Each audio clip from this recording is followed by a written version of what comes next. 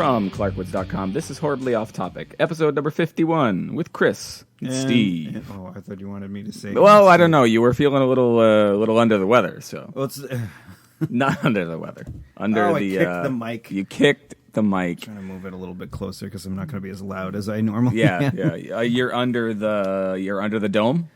Yes, I'm under the dome. You're under that show that I've never seen. I have never seen it either. My parents and my aunt and uncle have been talking about it for 2 or 3 summers, however long it's been on, but I've never seen it. Is Zach Orth in that show?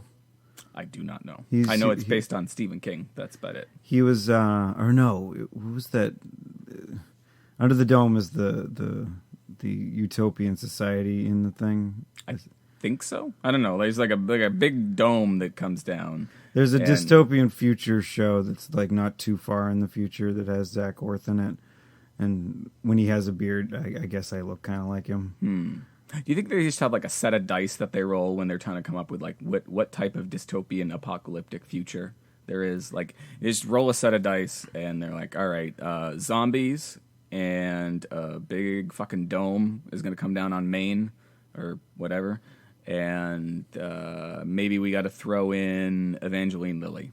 I don't know. Well, I don't know, but she was in Lost, right? She was in Lost, Dude, which was not the end. I am not on the ball. She was in Ant-Man too, which I saw this week. Oh, you did? I did. I saw Ant-Man. You didn't tell me that before. I did not tell that. I just remembered that I saw Ant-Man. We're going to the movies after this. We're going to see the Amy Schumer one. So. What's that one called? Trainwreck. Trainwreck. Okay, I saw somebody posting something just before we started recording, and they were talking about everyone except Amy Schumer. And I was like, is that the same movie? But it is, Trainwreck. So they were saying everyone else was good. I don't know if Amy Schumer was shit. Just assumed... I saw the Rotten Tomatoes, and I think it got like 80-something%. So that's pretty good. Yeah, that's pretty good. For comedy, definitely. Yeah. Like, she had a couple of controversies this past week. She did. There was the one, because she was in GQ magazine. That's true. Doing a nice little photo shoot, and she was dressed up in the Princess Leia steel bikini. And was she in bed with stormtroopers or with 3PO? Or I think it was with the robots. With the robots, yeah. And then she was giving fellatio to a lightsaber. Oh, I did not. I missed that part. Yeah. That's got to burn. Yeah, I'd imagine so. And then I guess Disney and whatnot, it was upset about it because they did not get permission to do those things. I remember those characters. Before seeing that Disney was up in arms about it, there were think pieces about how Disney has how Lucasfilm and Star Wars has always courted the controversial, might be the wrong word, but they've always kind of done that sort of thing. And then, of course, the news came out that said, no, in fact, they did not approve this. But it was fun. Like, I was watching her show. They had an episode where she was going on like a late night kind of talk show, and it was as hacky as you can get, like everything that everybody was saying, and everybody was just you remember in Wet Hot American Summer, like that comedian that they have that hosts the talent show. Yes, yeah. Like they're basically like he's saying, or like, the host and Amy Schumer were saying lines like that, and everybody was hilariously laughing. And then she starts talking about her next project and how she's a nerd and whatnot, and then these two guys in the audience just start like whacking their bags. And then she eventually ends the segment, and spoilers. Here's the punchline. Spoilers. Here's the punchline to a thing that's better watched than listened to. Go fuck yourselves. She goes, oh yeah, and my favorite movie is, and she goes, it's Star Wars, and then all of a sudden she's just like covered in cum. That's probably like buckets and buckets. Was she on SNL? Is that where she came from? No, she's just a stand-up. She's just a stand-up. Okay. I got her confused with somebody. No, she's a stand-up. I remember hearing her on Opie and Anthony as far back as like maybe 2009. Okay, all right. It's ringing a bell. Yeah, and I always thought she was hilarious. So I'm glad she's getting some recognition and whatnot. She's getting some props. But then there was another, like, I think it was Washington Post. Mm-hmm. Like somebody wrote an article saying, "Is Amy Schumer racist?" And like they were taking clips from her specials from like 2 years ago. Right. And I'm like, the outrage machine is a little slow on this one. Yeah. Like, oh, you're gonna look at this thing that was 2 years old and now it's right. Shut up. The outrage machine is an interesting machine. But like, it was cool because. Like they didn't. I don't think she apologized because. Nor should she have had to, right? Yeah. You know, she's just making jokes, and I think people need to understand. You know, we keep on. This comes up every once in a while, and I need to reiterate.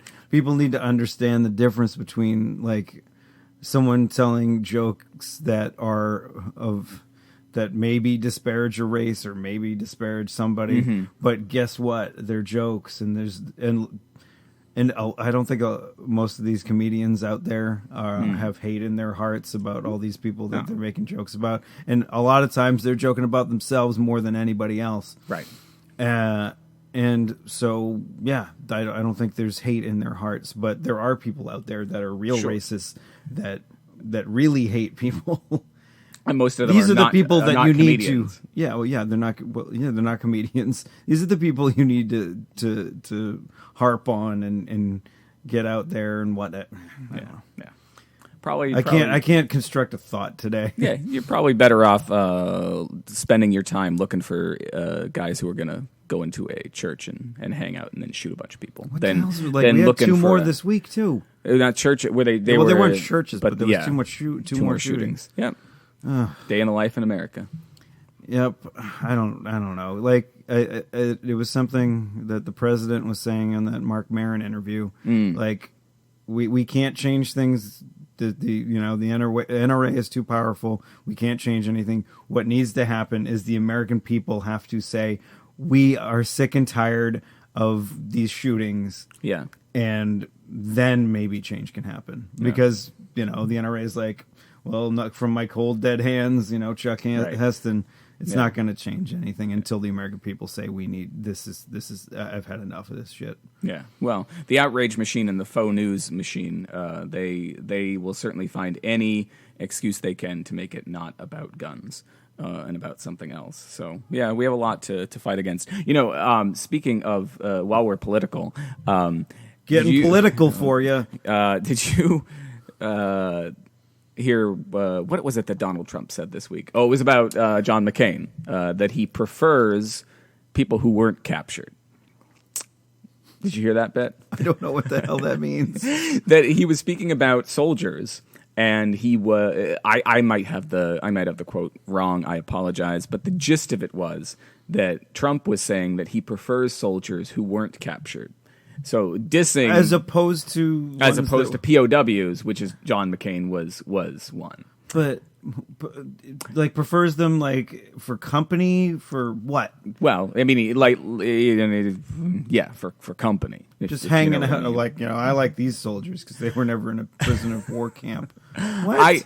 I don't know. I know that there was supposedly he needs to get his act together and so he can actually get some votes and stop saying nonsense like this. Supposedly there was outrage from both sides, but I made the case on I think it was Twitter. I was saying back to somebody. I said, "Yeah, we're all laughing now, but will we be laughing or crying when the idiots that live in this country with us vote Donald Trump into office?" They're not. He's not getting any office. Oh.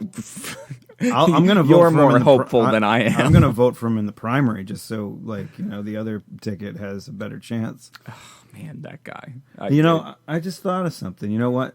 John McCain should have run with John Kerry. And I know that they're on opposite sides of the aisle. I think there's a precedent for that. I think you know why? Happened. Because McCain.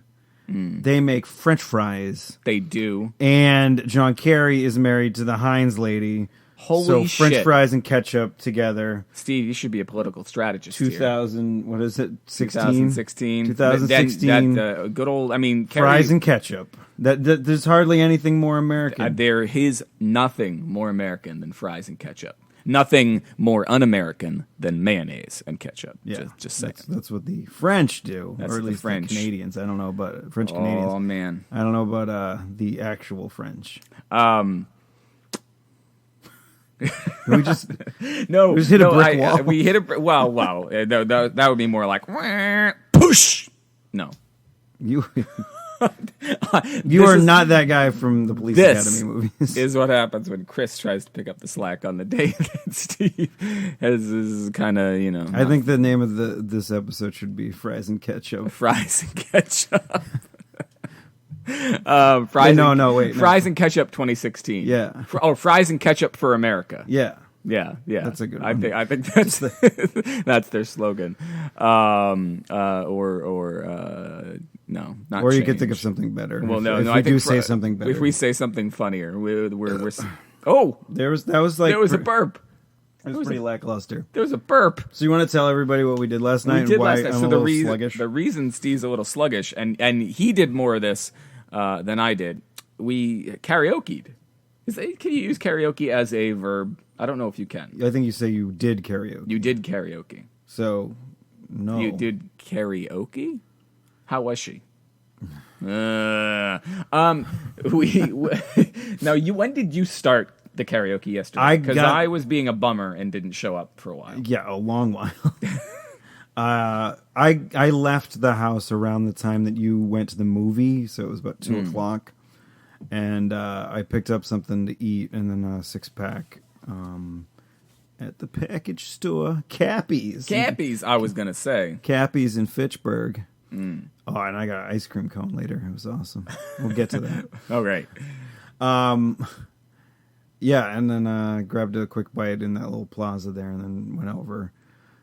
So I got there probably a little bit, like 3-ish. Maybe maybe a little earlier than that, but then we shot the breeze for a couple, maybe about half an hour, 45. Right. And then we started doing it.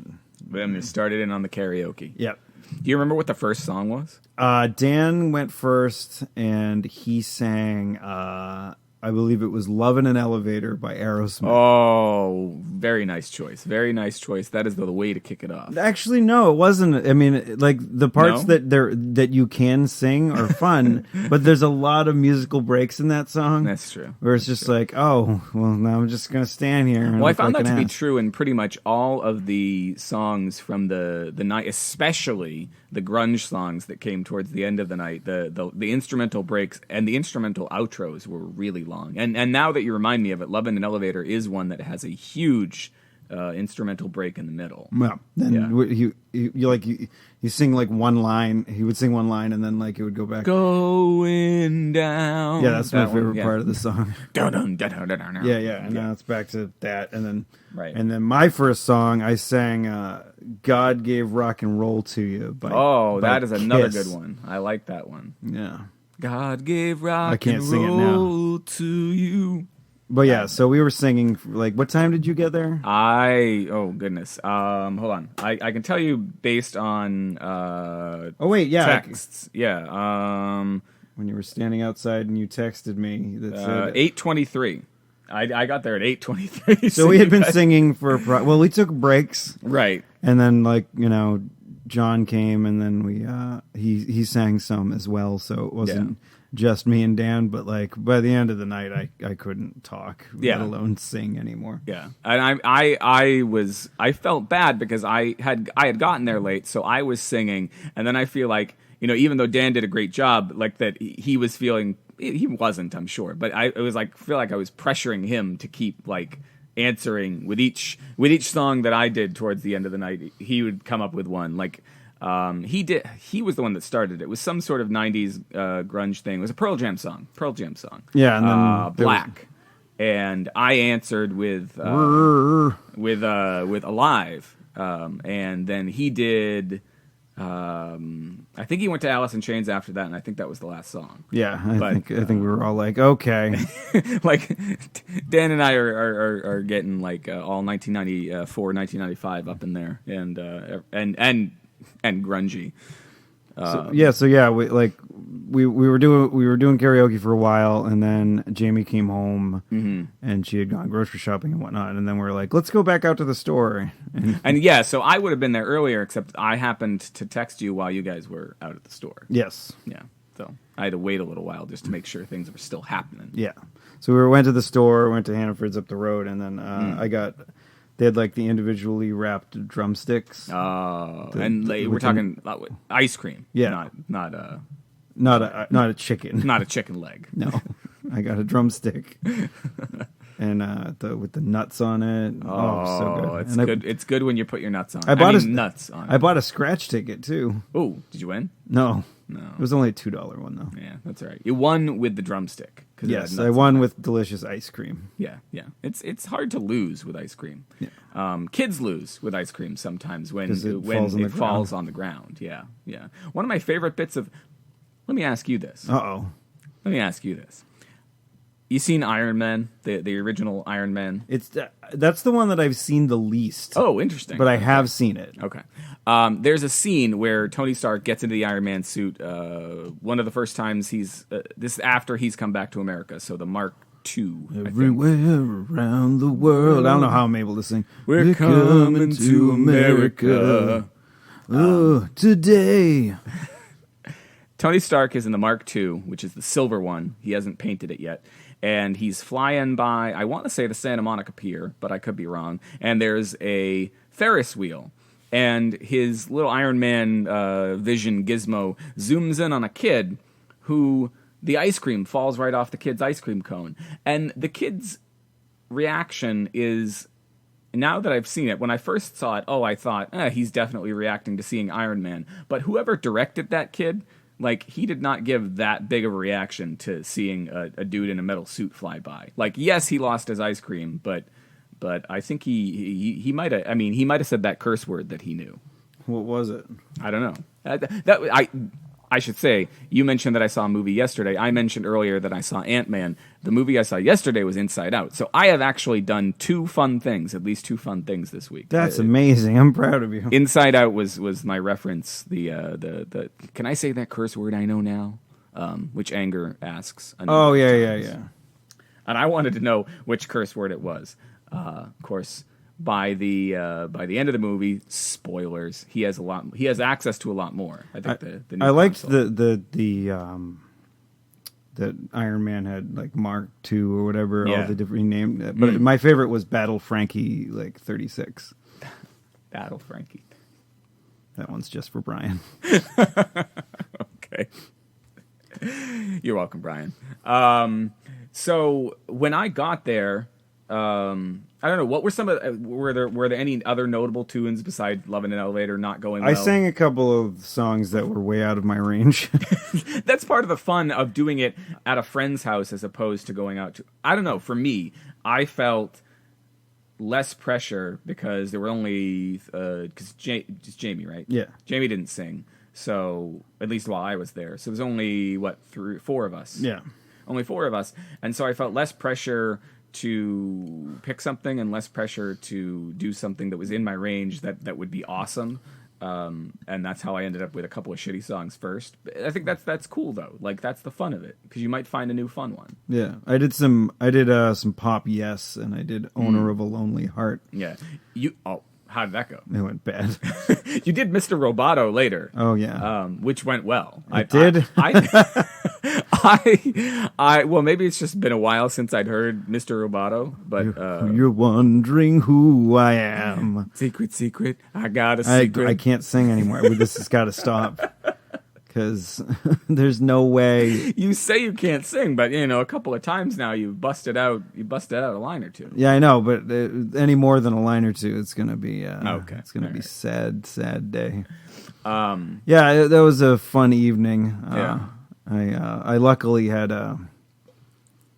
I bought a big old tub of drink. Yeah. And I had left it in my car. It was warm, but it was so frighteningly refreshing on the drive home. On the drive home. I was like, I need some sort of non-booze beverage. This is so good. I stopped. There's a McDonald's just before the highway, and I did stop there and got a Diet Coke and 2 cookies I shouldn't have gotten. Cookies? Cookies. They have cookies at McDonald's. They do. They have cookies at McDonald's because I can't go anywhere without a couple of cookies. I did not know they had cookies at McDonald's. They do have cookies at McDonald's. The thing is that they used to be featured prominently on the menu, and I went on the menu looking for cookies, and They just weren't there. But, I've gotten a little bolder in my old age, and I think, there are sometimes secret menus. There's sometimes stuff that's not on there. And I said, do you have a couple of cookies? And they said, yes. I was watching that show where it's the guy that used to do the Man versus Food. Okay. And now he's doing a show called Secret Menus or something like that. If you want to go, or secret restaurants, and just going to find places that are speakeasies, because that's the new cool thing is to have speakeasies. Well, yeah, I mean, it's not like you are we in 1930? We don't need to have it, but it's if you know the password to get into this weird thing, or if you pull a book and you open up I always if I have if you pull a book or you tinkle on the piano and you get to go down into the bat cave, that's the thing these days. Yeah, I wanna have not a bar or speakeasy. I just want to have if I ever extremely wealthy, I would like to have a secret room in my house. That's an admirable goal. I like that goal. Not like a creepy secret room where I have cameras everywhere, just a place to go and a what is it called? That safe room? No, not a safe. Not room. A safe room because it's just you'd have to know how to find the room. Know how to find it. Yeah, it's just a little bit of a hidden thing for VIPs. Greed. Remember the Addams Family? That's the book they used to go into the secret vault. No, I did not remember that one. I remember the piano or the fish tank, I think. And I remember various methods of getting into the Batcave because I'm a geek. The Batcave in the TV show? Well, there were different ones. In the TV show, was it the piano in the TV show? I thought it was a bust, and he pushed a button. That's right. And then they slid down a fireman's pole. They slid down the fireman's pole. In Batman Begins, it's a couple of notes on the out-of-tune piano. I want to say in the Val Kilmer one or something, maybe, or the Michael Keaton one. I don't know. There was one where it was to tweak your bat suit nipples. Val Kilmer did not have the bat nipples. Oh, that was Clooney? That was Clooney. Clooney had the nipples. I think they both have nipples. Clooney had the nipples. Interestingly, Alicia Silverstone as Batgirl did not have. Yeah, well, that's sort of a bummer, right? Yeah, all the dudes have the nipples. Wait, hold on. I'm just thinking about Val Kilmer for a second. Okay. And what happened to that dude? That's a good question. Did the Island of Dr. Moreau just ruin him? Maybe. Because after that, I the only movie I could think of that I saw him in was, I think, that MacGruber movie. Okay. Yep. That I didn't like, but I guess I should try again because a lot of people I know like it, and Will Forte is a funny dude. Maybe I wasn't in the right frame of mind. Right. That was the movie I went to see by myself. That's right. Literally by myself. You've told that story. I was the only one in the theater. The only thing I remember, the last thing I remember him in was The Saint, which he was in with Elizabeth Shue. And I don't know if that was before or after he did his stint as Batman. I don't know. I mean, yeah, because he did Batman, he did Moreau, and I think that was the beginning of the end, or just the end. I don't know. Just the end. Because I don't remember once seeing you've been him. Iceman, where else do you go? Yeah. I mean, one of my favorite movies of his is Real Genius. Yes. Mm-hmm. When he's got the liquid nitrogen, he's carving off some of it and then puts it into the coffee machine as a quarter or as a slug that'll just disintegrate. I've only seen that. Or not liquid nitrogen, but whatever the frozen thingy. Frozen quarters. That's. I mean, it would be bad if Iceman had a frozen thingy. I mean, I think that would be rough. You can ride my tail anytime. Or what was that? No. I don't know. There was a brick wall. We talked about the karaoke. This is going to be the worst. It's not going to be episode the worst. 51 will go down in history as our worst episode. Hey, we're almost at a year. So at 50, we had to hit a wall, a speed bump somewhere. No. I was just looking for a way to ask you about whether or not you got your haircut, because it looks like maybe you got a haircut. I did get my haircut. Did you get all of them cut? Yes, thanks for asking. Oh. I'm going back to something because when I woke up this morning, I tried talking, and you're still trying now. Yeah, well, I'm doing better than I did then, but I contemplated texting you and saying, we might need to do this on Monday afternoon. Yeah. Because I was just like, oh, I can't talk. And it wasn't, I didn't drink it that terribly much. But you drank and you sang. Yeah. And it was just like crap. Yeah. I couldn't believe the considering the amount of time I was there, we left at 11. Yeah. So or maybe more like 10:30, and I got home at 11. Yeah. Well, what I thought was I must have, the couple of times I've done karaoke, I must have had a drink here or there, but I don't know if it was because I had just had the drink, but the first couple of songs I did at karaoke last night, I felt like this weird, in my throat. Well, because you drank a Mike's Hard Lemonade. I guess. Yeah, and so as terrible as I might usually be, I was could not make it through. You were doing some pretty good songs. I did stuff at the end, yeah. But the first couple songs were "We Built This City," which I guess maybe nobody should sing. But and I kept on singing the wrong words. You did, which I didn't realize at the time because I was trying to play it straight and keep singing the real version. But later you mentioned it. I don't know if the kids are in earshot. They might. So I'm just gonna whisper this. So basically, I was saying. My dick's all shitty from your asshole. Yes, he was. You got it in the mic? I got it in the mic. Okay, I think everyone heard that. Not my kids. Yeah, not your kids. Not my kids. No, that was, and now I don't know if I'll be able to listen to my favorite song of all time the same way again. Without hearing that. People are always like, "That's your favorite song of all time?" I'm like, yes, it's a quintessential 80s song. It is the most 80s song of all 80s songs, and it was once voted the worst song of all time by VH1. Yeah, there was I think might have been Blender magazine. Do they still exist? Yes, they do. Okay, Blender magazine. I don't know. Okay, well, they did a list of the top 10 worst hits of all time. And I think that was up there, if not the number one. Yeah. And I remember we did. This was one of the very few of my radio shows back in college that we actually planned. Oh. And I'm like, we're gonna do this. We're just gonna do, because I did a sort of talk show. We did 2 hours every week, so it was. And we were usually pretty cocked, so there was a lot of songs in between. But this time it was we're doing this, and then we play the song, and we play the whole song, and then we're like, oh, number da da da, Ice Ice Baby by Vanilla Ice. Did you have a chart extra? A chart extra? I've been listening a lot to Beats Radio. It's the first radio station I've listened to in a very long time. And I like it, I dig it, but they on their countdown they do the same tired old thing that Casey Kasem or whoever did Dick coming in at number 6. Coming in at number 6, but then they'll also do, and here's a chart extra with it's something that's not on the chart, but they got paid by a record company to promote it, so it'll be on the chart next week. I told you 100 times I don't want to come out of a goddamn upbeat number and then have to tell a story about a goddamn dead dog.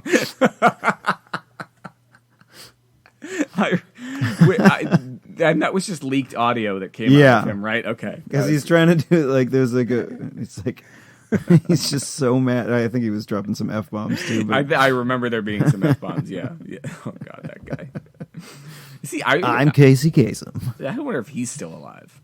I don't think so. No, I know Dick Clark finally died, right? I always get those two confused, but I think they're both dead. I think they're both dead. All the old time DJs. Well, Dick Clark was, he had a stroke, and then but he was still doing the countdown. He was still doing it. It was a little weird. Carson Daly took over part of it, which was even more. No, it wasn't Carson Daly. It was a guy from Oh, it was Carson Daly. No, it was. Oh, you're right. It was Seacrest. Yeah, there we go. Carson Daly was on one of the other networks doing their coverage. That's right. New Year's something Eve. New Year's fucking Eve. What? Okay, I mean, this is the wrong time of year to ask this question, but do you have like a New Year's tradition? A New Year's tradition. Oh, this is the wrong time of the year to ask this. It's July. What do you do for New Year's? My New Year's tradition is we tend to be here, where I now live again, eating Chinese food. See, you get it from Hong Kong? The Hong and Kong. Show enough. That place. I did watch something. You did. This isn't a great segue too. I watched a documentary on Netflix. It was in search. I forget what the hell it was called, but it was like In Search of General Tso. Oh, okay, yeah. And it wasn't that long, but it was pretty interesting. And they went into like General Tso as the guy, and he was from the Hunan region of China. And they're known for more spicy dishes, and they just started talking about how what we have as General Gao's or General Tso's or whatever chicken that we have, he probably wouldn't like because it's for an American palate. I mean, it's spicy. Well, I don't think it's spicy, but people think it's spicy, right? But it's also really sweet, and like that's not something that regions. They don't dig on the sweet. But there was a guy, I think his name was Peng, but he was from China, and then he moved to Taiwan. Okay. And then he opened up a restaurant, and he was the first guy that created General Tso's chicken. But then some dude from New York went to Peng's restaurant and was like, "Oh, this is great." And so he made it in New York, and then it just kind of branched out into every other Chinese restaurant ever. It blew up from there, just the way that it blows up from your ass after you have it. No, not necessarily. Okay. No, I don't know. I'm just like you're just hungry for it again after an hour. I was going to say I don't know if I've ever had it. Maybe Stephanie's had it. It's not bad. It's tasty, but I want to try like the Peng's version of it. Because I think he's still alive. He might. Well, as of when they made the documentary, he was still alive. He was not. He did not like. They were showing him pictures of like the American General Tso's, and he was just like, "There shouldn't be broccoli in this. What is going on?" He was just getting all mad. What was the transition there? I saw a documentary about Game Boys. I think this is how it went in my head. You said documentary on Netflix. I thought documentary on Game Boys. But that wasn't a documentary on Game Boys. It was a documentary on the National Geographic Channel about the 80s, which talked about the Game Boy, which made me think about the guy from Nintendo who died. Yes. But that's not the same guy who's in this... Mr. Iwata. It's not the same guy, right, who's in the Pixels movie, is it? Who's the inventor of Pac-Man? Like that, there's different Japanese guys. I haven't seen the inventor of Pac-Man in the movie. The trailer. There's a trailer for the movie Pixels, and they make a big deal in the trailer about because the movie isn't out yet, and I have no intention of seeing it. Well, no, I think you made that quite clear a couple weeks ago. You're like, I hope Ant-Man is able to hold on to the number one spot, so Pixels dies on the vine, and then. I'm a little bit of an asshole, but Adam Sandler is this a Happy Madison production, or is Adam Sandler just in it? I think that's a good question. I don't know, because if it is, then it's going to be probably terrible. Yeah, I don't. If it's not, if someone else wrote it, then it might be okay, because every single one of those movies is like the Red Letter Media guys were very explicit when they did their Half in the Bag for Jack and Jill. Yeah, the one where like it was Adam Sandler and Adam Sandler playing like twin brother and sister. That's right. Yeah, I had forgotten. I had purged that from my memory. I'd put it into the memory dump. So. What I think, like their idea of what the scam is that Adam Sandler is like, I'm going to make a movie, and then they go out and they get lots of money for product placement to basically pay for the movie. Got it. And then it gets made because they're completely funded, right? And then they release, and sometimes it's a hit, like Paul Blart Mall Cop, the first one. Like somehow that was a hit. That's an Adam Sandler production? Yeah. Oh, God. All right. And then all of a sudden he's rolling in it because not only did he already get paid from all the product placement, right? He's getting paid again because morons are going to see his shit movies. I don't understand. There are people, I think there are some people I'm related to as well who fall in this group who find Adam Sandler hilarious. Okay. And well, find those movies hilarious. I actually do think Adam Sandler is funny in the right circumstance. Yeah, he is a funny guy. Like, if you go back to Billy Madison or Happy Gilmore, yeah, I'm completely on board. There was a point where he was just like, why am I putting, I think he was just like, why am I putting so much effort into these movies? And why not just not put effort in and still make tons of money? Still make tons of money. Like, I think maybe around the time of The Waterboy, it started like getting a little Yeah. But like, I remember I like The Wedding Singer. That was a cute little movie. I did like The Wedding Singer. That one wasn't bad. I've seen bits and pieces of Big Daddy. I feel like people like that one. I didn't so much.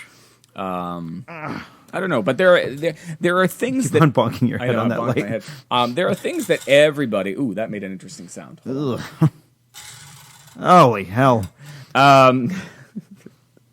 There are things that seemingly everybody likes that I don't like when it comes to popular culture, movies, whatever. Like, I couldn't care less about Minions or Despicable Me or any of these. I think that's a DreamWorks production. Wait a minute, you couldn't care less? That means you do care. God, I could care less. Okay. I could care much, much less than I do now. Okay, good. About, thank you for the grammar. I could care less about Minions, anything DreamWorks, like all of these dumb-ass, half-assed animated movies that are just slung together to get kids to convince their parents to come to the movie theater. I think it's all horseshit. And I go and I see a movie like Inside Out, and I think this is a movie that's trying. This is a movie that's trying really hard and succeeds. I think I did mention the plot hole that you mentioned to me to Stephanie this morning. I don't know. I don't know if we're on the side of it being a plot hole, but yeah, I can kind of see. I mean, it's got one minor problem. It's not necessarily a plot hole, but it's more of a like, why wasn't there at least a slight bit of resistance? Right. But all told, it's a really well done movie, and I think yes, it's a well done movie. Yes, it's going to get butts in the seats. It's going to make a ton of money. It's making a ton of money for Pixar. They are not above making a movie just for the bucks. Cars 2, I think, is a perfect example of a movie that seems to be made just to cash in on the success of its predecessor. But for the most part, I feel like Disney and Pixar actually give a shit and are trying to produce good results. And I don't know if it's just that I'm a snob, but I see this Minions shit and I want nothing to do with it. You know, the one movie that Pixar hasn't made a sequel of that I kind of wish they did was The Incredibles. Because like superhero stories, they're basically timeless. And I would agree. You know, it's what I heard is that Brad Bird, who wrote and directed that one, was waiting for the right idea, and that he recently found the right idea. Oh, cool! So there might be another one. That's cool. I think that's on it's on their list of things to do. You know, the next one is about what would have happened if the meteor that killed all the dinosaurs didn't hit Earth. It's called The Good Dinosaur, and I feel like that one could be good. I don't know if they're doing. I know The Incredibles is up as a sequel, prequel, follow up. Of some kind. I'm not sure. You know, did you see Monsters University? No. Okay. I didn't see the first one either. Oh, I okay. didn't see Monsters Inc. Monsters Inc. is a great film, and by the same guy who did Inside Out and did Up. So it was really depressing? Pete Docter. This is depressing parts. Oh, come on. Like, Up is like the first 10 minutes of Up is like... is one of the saddest movies. Yeah. Yeah. And I'm like, oh, it's a fun little kid's cartoon. Let's go. Oh, his wife dies and everything. Oh, good. But by the end, it's kind of redeemed. Anyway, I don't know if their follow-ups have had as much success, with the exception of the Toy Stories. So Toy Story 2, some people I know think of Toy Story 2 as a superior film to the first one. So I would say the Toy Story 2 and 3 work. The jury's out for me on Monsters University. Cars 2 definitely doesn't live up to the first one in my opinion. So I'll be interested to see how they do with The Incredibles. Yeah, that would be a good one. Because it's a great film, and they left a lot open. Would you want to see a movie, a follow up that took place right afterwards, or would you want to see it with the kids kind of grown up? I mean, it's been 10, 11 years since it came out. Like where time frame wise? I think right, or maybe a year after. Okay. Not a significant amount of time has passed. Yeah, because I don't know, like they're like, I mean, the girl could still be going through angsty teenage stuff, and he could, I don't know, whatever. Yeah, it could. I don't know. I've gone back and forth on it because it would be awesome to get all the same voice actors back, but I don't know. I can't remember who is Violet's voice. Violet, you're turning violet. Not that Violet. Oh yeah, so I got a haircut. You did get a haircut. That was a couple I went way off base. I got horribly off topic. So I went there yesterday afternoon, morning. No, afternoon. It was 12:30. Yeah. I mean, if you've seen pictures of me, those out there in listener land, I wear glasses, and they're not just for show. I do need them to see. And so when I get my hair cut, I usually have to take them off so they can, do the behind my ears and whatnot. And I asked them to trim up my beard a little bit too, and then she was doing that on one side. It felt really close to like the skin, and I was like, oh, and I put on my glasses, and a considerable amount of my beard was gone. Yeah. And I was like, oh, no. That's not what I meant. I'm left with sort of a goatee. I mean, she left like the 5 o'clock shadow on either side. But I mean, she did a good job cutting my hair. Yeah. But it was just a bad communication on my part. I'm not blaming her for a second. Yeah. Because I said I should have said, trim my beard. I think I use a 2 or 1, like on the clippers. Yeah. No, like a 2 or 1.5 or something like that. Right. And then she would have been like, oh, okay. Instead, I said, yeah, just trim down my beard. I'm going to clean it up with the razor when I get home. So she thought I was just going to shave it off. You were going to get rid of it, yeah. Yeah, and so that was totally, miscommunication. But I like my haircut. It's nice and summery. It's a lot... when I took my shower this morning, I put some shampoo in my hand because that's what you do when you wash your hair.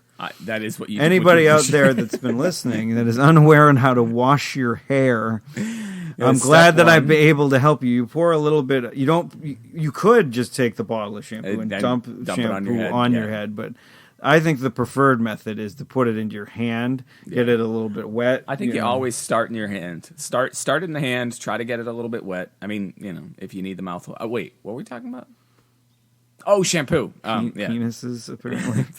You start in the hand. Yeah. No, I think if you just squirt it onto your head, then you might get a lot more than you bargained for. Yeah, and you don't need that much. Yeah. And when you have less hair, you can use less shampoo, so This is true. Yeah, so I'm just saving myself money by getting haircuts more often. Apparently, I'm so bad at getting them though. Yeah, and it's for the same reason that my beard got a little bit too trim. Is that I can't see what they're doing, and that's why I went to this. This is the second time I went to this girl. Yeah. And I say girl because she's considerably younger than me. She's 20 years old. Right. But so she did a good job the first time, and I'm like, okay, I found somebody that did a good job. I'm going to stick with this person. I think I might, even after I move, I'll probably just drive back to Aya. Well, the thing is, I think they say and of course, and she's young, so like I know she's going to be around. For a while, yeah. They say, and I think if it would make sense if they in question are hairstylists, that you should be loyal to your stylist, not to your shampoo. That's the saying that I remember hearing.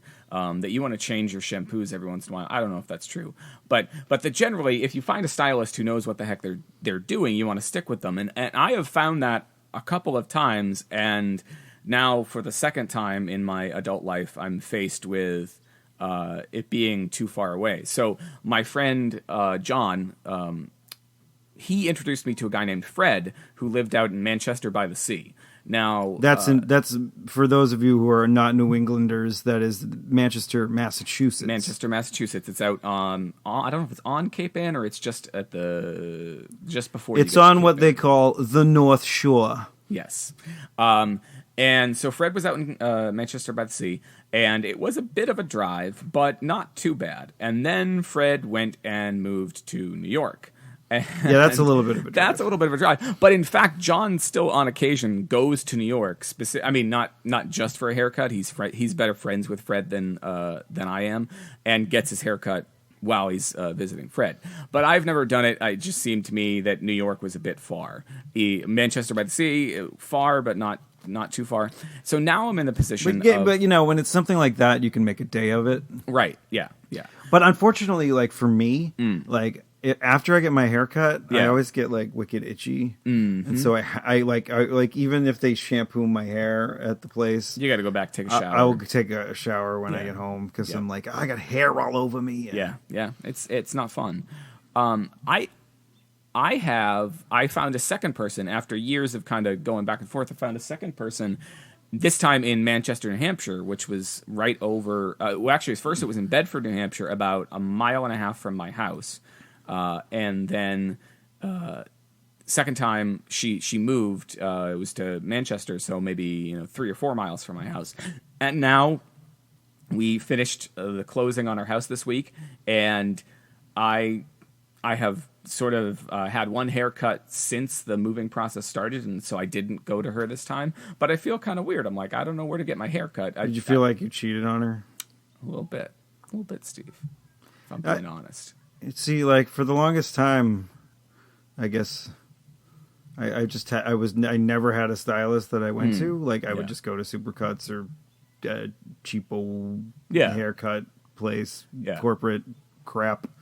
I always went to when I was really little. I went to the barber downtown Chelmsford. That guy was only specialized in buzzing your head. Yeah, I know. And then eventually I ended up at I think it's Image Spa Lawn in Drum Hill. My dad still goes there. Does he still go there? I went there for a while before. Hold on. I want to give the girl a plug that cut my hair. Chelsea at Headquarters in Aya, Massachusetts. Get her to cut your hair if you're a fella. Yeah.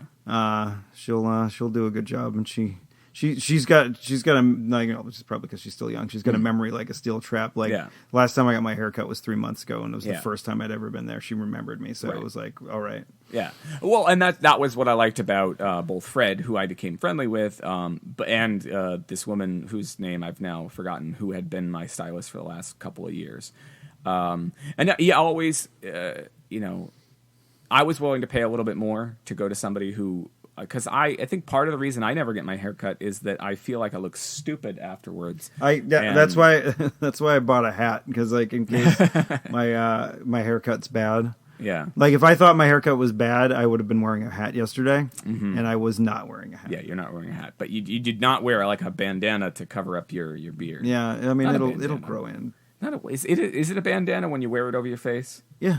Yeah. Okay. Why would it change what it is? I don't know.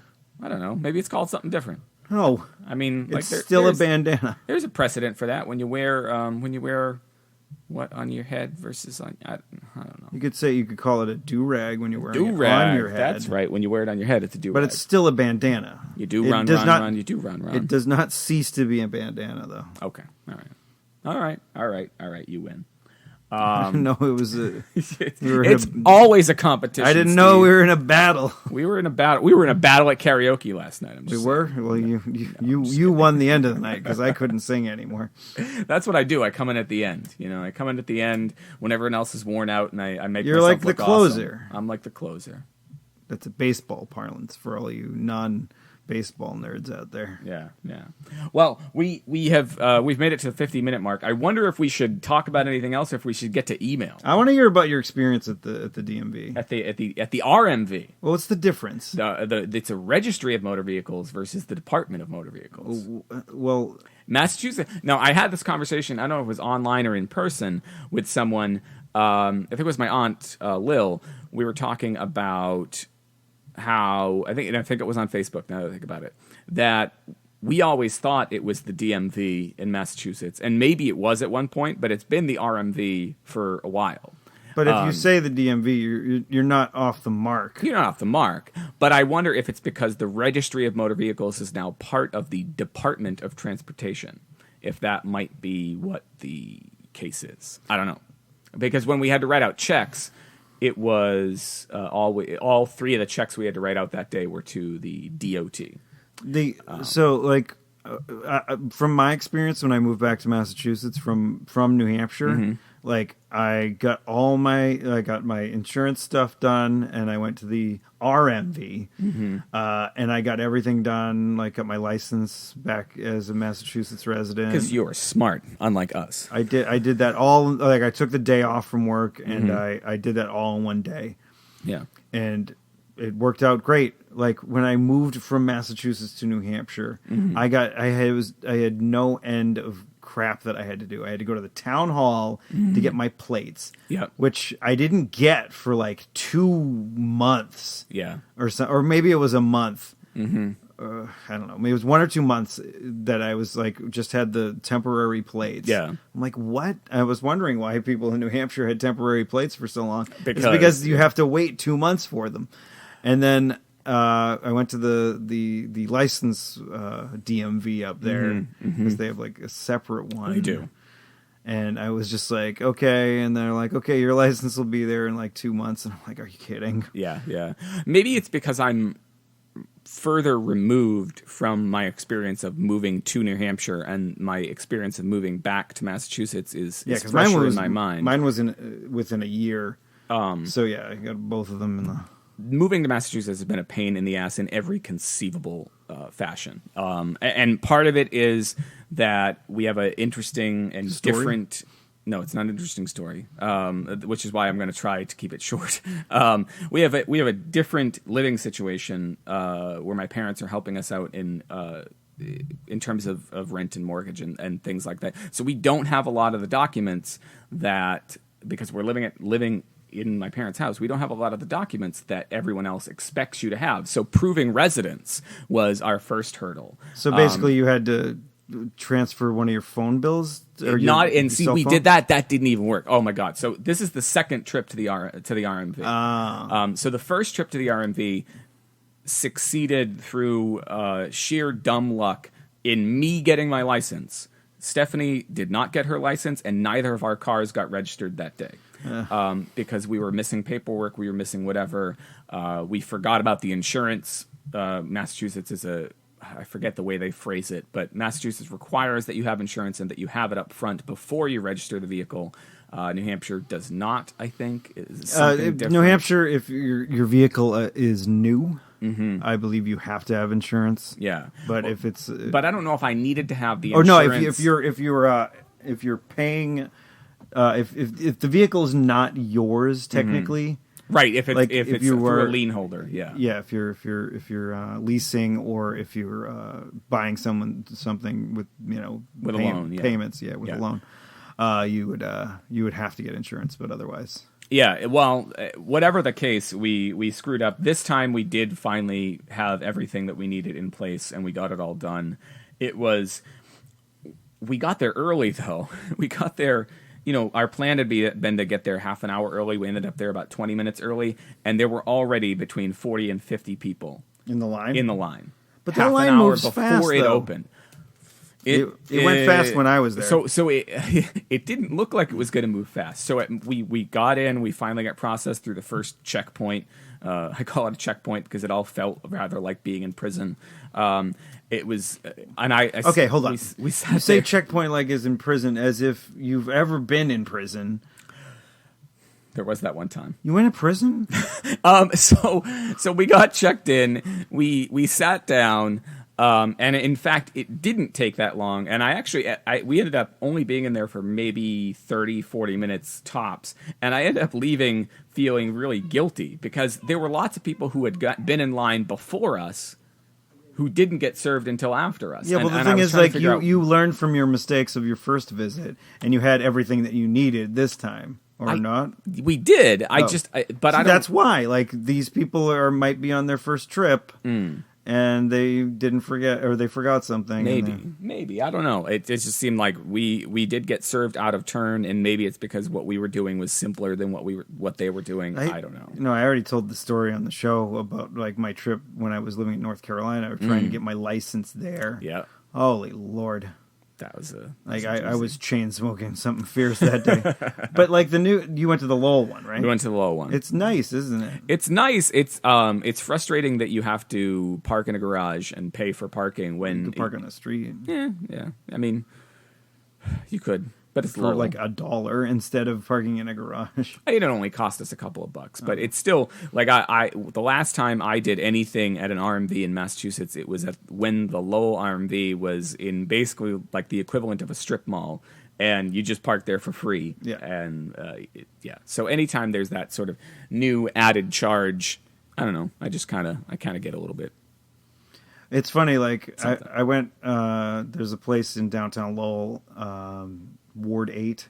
Mm-hmm. It's just a little bar. Yeah. They have good beer selection. They also have great grilled cheeses. They have like an entire grilled cheese menu. Oh, interesting. And that's one of my big comfort foods is to have some grilled cheese. Yeah. So yeah, I was there once, and I parked up. I ended up parking in the garage because I was having trouble finding a spot. And it was like I got back to my car and I paid the thing, and it was like $2. Yeah. And it's such like a shock because like when you usually park in a garage, you're parking in like Boston or Cambridge or and it costs you $2 for the first half hour. Yeah, or not even. It'd probably be $5 for the first half hour.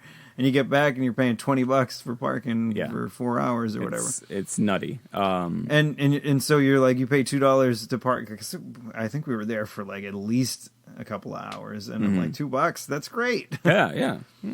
So it wasn't a terrible adventure. It was just I haven't been well recently, emotionally. So I went in, I saw that 40 to 50 people, and I went right down like downward spiral. And then, half an hour later when we were out, I was still like, whoa, wait, what just happened?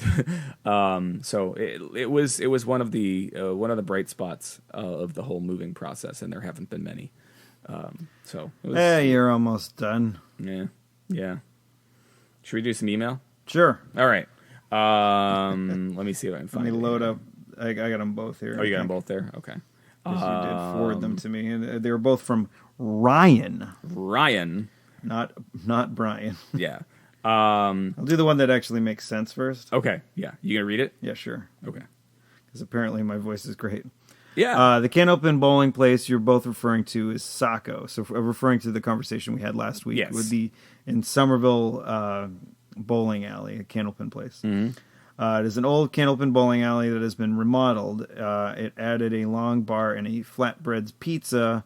It is a huge hipster haven, which is why Chris had to wait so long to bowl. Indeed. It's been that way for at least a decade. I don't know if it's been that long, because the last time I went was maybe 5 or 6 years ago, and it did not have the pizza place or the bar. Got it. He asked, when did you last go there, Steve? You just answered. Yes. Sorry. Derp. And also listening to you jabronis trying to put together the rules of bowling was hilariously frustrating. I can imagine. Listening back to it as I was writing out the show notes was hilarious. It's like, what the fuck are we talking about? Well, because like with the advent of the computerized bowling system, you don't really need to know. You don't know how. You don't need to know how to like. It's like things like that we lose memories of or lose. Well, I never knew how to score bowling. Well, that's one of those things. Like I don't know how to score baseball. The way like you'd get the card at the game. Well, they explain it on there. Yeah, but I know that there are people who kind of like learn it. They learned it from their dad or whatever. My dad always used to do it, and I tried it. I tried it a couple of times, and I'm like, this is not fun for me. He probably showed me how to do it. I have a memory like a sieve when it comes to certain things. But what is another thing that you just like forget? We don't do anymore, and so therefore you don't know how to do it. I don't know. Now I'm trying to think of because it's so fresh in my mind. Inside Out, because there's the memory dump. There's the phone numbers. That was part of the memory dump. Yep, like all the phone numbers. Yeah, like I still remember the number here. Yes, because I've probably dialed this and I think maybe Will's number more than most. Yep. In my like I don't know Becky's number. I mean, I have it in my phone. You have it, but because and I text her all the time. Right, you don't need to because. But I don't know her number. I've never actually known her number. Right. Did she put it into your phone for you? No. Okay. So you got it once. So you did know it once, then you tapped in her name. I think So but I don't know. I know. Here's the thing. I know Stephanie's cell phone number because it was our house phone. So it was one of the last. It was one of our house phones, and when we finally got rid of our house phone, we made it one of the two cell phones that we had. But that because it was a house phone, I don't know anybody's cell phone. I still know my dad's number. I still know the number here. Mm-hmm. Like I can count on one hand the amount of telephone numbers I know. Now, do you know? I know my own. Okay, I was going to say, do you know your own? Yes, because I have to write it down sometimes. Right. And like, what's your phone number? I'm like, well, I have to tell people it, so I have to know that. Yeah. I know John's, not your brother, other John. Mm-hmm. I know his for some reason. Interesting. I don't know why. Does it have a particularly memorable? No. Stretch. Huh. Interesting. I used to have before. Speaking of that, before I had a cell phone, I used to have like a little list in my wallet of people's numbers, and because I used to have a pager. Yeah. Did you have a little black book? No, that was my black book. That was just like list. It was this yellow piece of paper, lined paper. Just had other numbers on it. You could read this next one. Okay. Because I just did that. On the subject of Hetty Topper. This is also from Ryan. Rickety Gensh. Sometime maybe should drink it from a can. Put it in a glass or something, you dick. Because I kind of want to listen back to the show. Because I think that might have been what I said. Yeah, or because maybe I was going put it in a glass. I have not been, but I'm not 100% sure. Enough but I think Ryan might have been making fun of me for making fun of people that that drink Hetty Topper. I'll try it again sometime probably. And maybe when I'm in the mood for some. For some head hops. For some hops. Oh yeah, some head. I guess. Let's do some plugs. We should do some plugs. You can find the show notes for this episode at clarkwoods.com/hot/51. Oh, cool! And you can find Chris on Twitter at ECC1977. You can find Tuesday is Loser on Twitter. No, in the real world, in this room right now on your pod. You can find Steve on Twitter at Tuesday is Loser. That's Tuesday is Loser, all one word. And don't forget to go to iTunes and buy the Ape's Choice, the TNS album. Yes, you can get. Now, you can't get what I saw last night, which was a live performance by the New Sweethearts. Maybe we'll do that sometime in the future. But you will get the next best thing, which is the album. Yeah, so check it out on iTunes. It's I think $8, $9, something like that. It's a whole album's worth of fun stuff, like of a bunch of songs that were written by 16-year-olds. Mm-hmm. And one that was written by 30-somethings, right? Yeah. One song that was written by guys that were in their 30s. All right. Well, I think that's it. There's... Go squeeze a lemon in your eye.